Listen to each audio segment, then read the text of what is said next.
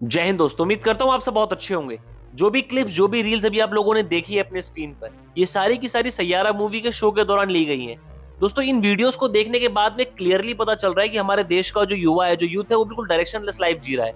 मतलब मूवीज को देखने के बाद में इस तरह का इमोशन, इस तरह का अग्रेशन अपने आप में यार बहुत बड़ा क्वेश्चन खड़ा करता है कि हमारा यूथ किस तरफ बढ़ रहा है।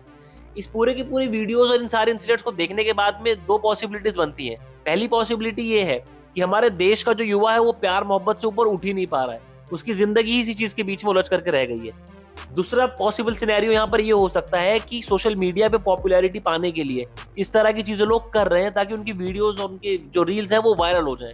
मगर दोनों ही केस में कहीं ना कहीं समाज का बहुत नुकसान है, देश का बहुत बड़ा नुकसान है।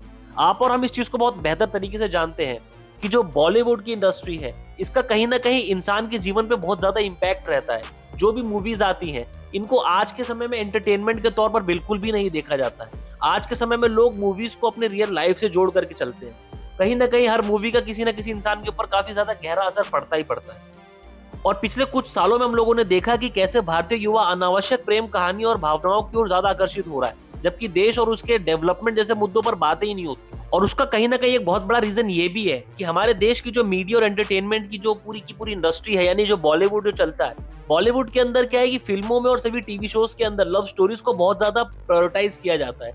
ऐसा दिखाया जाता है कि मन में सिर्फ प्यार ही एक मुख्य उद्देश्य रह गया है, उसके अलावा कुछ भी नहीं है। फिर चाहे वो स्कूल रोमांस हो, ब्रेकअप हो, आधी अधूरी मोहब्बत की कहानियां हो, फिल्म हो, सीरीज हो, उनको इतनी ज्यादा बार दिखा दिया गया है कि युवाओं की जो सोच है वो वहीं तक सीमित रह गई है।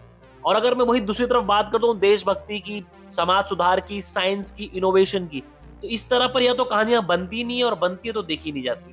इसका एग्जाम्पल दूंगा मैं आपको कि जब भी आप कभी यूट्यूब खोलेंगे तो वहां पर आप देखेंगे लव स्टोरीज के जो सॉन्ग्स हैं वो बिलियन तक टच कर जाते हैं कई बार उनके व्यूज।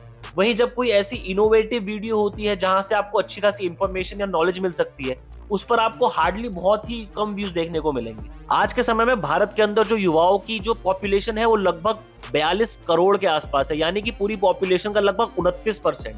और हर देश का युवा ही होता है जो उस देश का भविष्य तय करता है। कहीं ना कहीं जो हमारे देश का युवा है वो बहुत इनोवेटिव होना चाहिए, डेवलपमेंट की बात करने वाला होना चाहिए।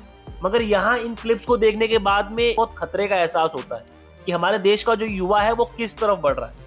आज के समय में दोस्तों जो युवा है देश का, वो कई सारी प्रॉब्लम से ऑलरेडी जूझ रहा है, जहाँ पे करियर की टेंशन होती है, एम्प्लॉयमेंट की दिक्कत होती है, पारिवारिक तनाव होता है। इन सब से राहत पाने के लिए वो भावनात्मक या फिर काल्पनिक प्रेम की दुनिया में चला जाता है। इमेजिनेशन में लोग जी रहे हैं। देश के मुद्दे फिर कठिन लगने लगते हैं, उन्हें समझना, उस पर राय बनाना मुश्किल सा लगता है क्योंकि वो टफ हो गया है। वहीं लव स्टोरी इजी लगती है और रिलेटेबल लगती है, इसलिए लोग क्या करते हैं, लव स्टोरीज की तरफ बढ़ जाते हैं। इसीलिए आप अधिकतर जब युवाओं से बात करेंगे तो उनको प्यार और दर्द की बात करना आसान लगता है, लेकिन जब बात नीति पे, भ्रष्टाचार पे या फिर इकोनॉमी पे होती है तो वो उनको बहुत डिफिकल्ट और बोरिंग लगने लगती है क्योंकि उसमें उनका कोई इंटरेस्ट नहीं है। बट जब बात आप लव स्टोरीज की करेंगे तो उनके पास से पूरा पूरा दिन होता है बात करने के लिए। अब ये बात सिर्फ और सिर्फ बॉलीवुड इंडस्ट्री की ही नहीं करूंगा, वेब शोज बनते हैं, मूवीज बनती है, सिर्फ उसी का इम्पैक्ट नहीं है लाइफ में, बल्कि सोशल मीडिया का भी प्रभाव बहुत ज्यादा हमारी लाइफ में बढ़ चुका है।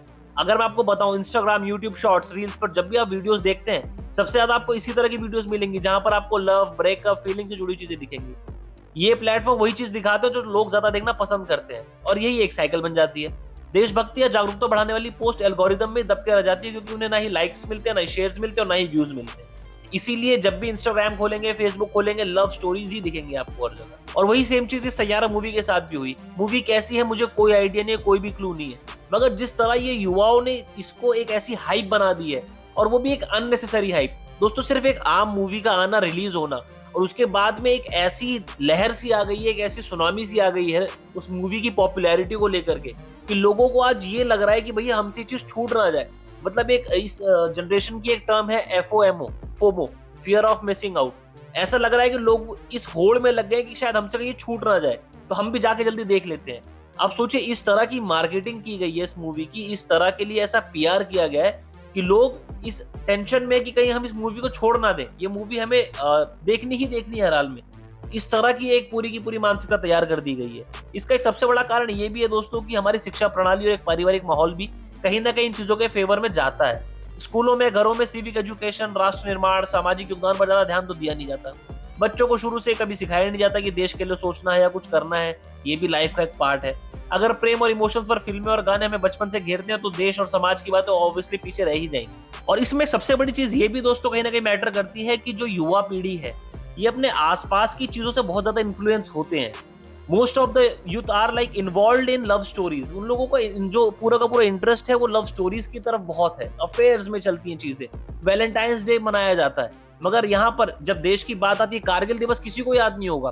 अभी पहलगाम में इतना बड़ा इंसिडेंट हुआ, ये वही युवा है जिनको पता तक नहीं होगा कि पहलगाम में हुआ क्या है, कोई जानकारी नहीं होगी। लेकिन इस मूवी के आने के बाद में अब देखिए इनकी हरकतें कैसी दिखाई दे रही है। ये क्वेश्चन मार्क है हमारे एजुकेशन सिस्टम के ऊपर, इन बच्चों की अपब्रिंगिंग, इनके पेरेंट्स के ऊपर कि किस तरह के कल्चर में हम लोग अपने बच्चों को पाल रहे हैं और किस तरह का भविष्य हम अपने देश को देने जा रहे हैं। आज हम लोग बात करते हैं सुपर पावर बनने की, हम यूएस से, चाइना से खुद को कंपेयर करते हैं। आज आप यूएस को देखिए, यूएस का जो युवा है वो आज के समय में कितना इनोवेशन की तरफ बढ़ रहा है। सेम चीज चाइना के साथ में है। चाइना इतना डेवलप कर गया है पिछले कुछ सालों में, उसका कहीं ना कहीं एक बहुत बड़ा रीजन ये है कि उनका एजुकेशन सिस्टम इस तरीके से डिजाइन किया गया है कि उनके युवाओं को और किसी चीजों में पढ़ने दिया ही नहीं जाता। उनको शुरू से ही इंगेज करके रखा जाता है सिर्फ इनोवेशन की तरफ, टेक्नोलॉजी की तरफ। वहीं जब बात हमारे देश की आती है तो हमारे देश के अंदर इनोवेशन, टेक्नोलॉजी, सब चीजें कहीं दिखाई नहीं पड़ती। दिखाई पड़ता है तो इंस्टाग्राम पे डांस करते हुए लोग, रील्स बनाते हुए लोग, ऐसी लव स्टोरीज को देख करके आंसू बहाते हुए, बेहोश हो जाते हुए लोग। इसका दोस्तों सिर्फ और सिर्फ एक ही सोल्यूशन है कि हमारे देश के जो युवा हैं इनको ऐसे रोल मॉडल्स दिखाने की जरूरत है जो देश के लिए कुछ कर रहे होंगे। साइंस, स्टार्टअप्स, विलेज डेवलपमेंट या फिर शिक्षा के क्षेत्र में आगे बढ़ रहे हो, ऐसे लोगों को फ्रंट में लाना चाहिए। ऐसे लोगों को ऐसा रोल मॉडल दिखाना चाहिए। स्कूल्स में, कॉलेजेस में रचनात्मक बहस, सोशल सर्विस, पॉलिसी डिस्कशन को बढ़ावा देना चाहिए। आज के समय में दोस्तों जो पूरी की पूरी दुनिया है वो सिर्फ सोशल मीडिया पर ही चल रही है। सोशल मीडिया ही हमारे जीवन को चला रहा है एक रिमोट कंट्रोल की तरह। इसमें सबसे बड़ी भूमिका होती है सोशल मीडिया इन्फ्लुएंसर्स की। हमारे देश के अंदर कई ऐसे इन्फ्लुएंसर्स हैं जो कहीं ना कहीं अच्छा काम तो कर रहे हैं, मगर मेजॉरिटी ऑफ द इन्फ्लुएंसर्स ऐसे लोग हैं जो गलत तरीके से आगे बढ़ते हैं, गाली गलौज, गंदा कंटेंट अपलोड करके अपना फैन बेस बढ़ा रहे हैं। और इस बात को बिल्कुल भी नजरअंदाज नहीं किया जा सकता कि हमारे देश का जो मैक्सिमम युवा है वो ऐसे नेगेटिव पब्लिसिटी वाले इन्फ्लुएंसर्स को ज्यादा पसंद करते हैं।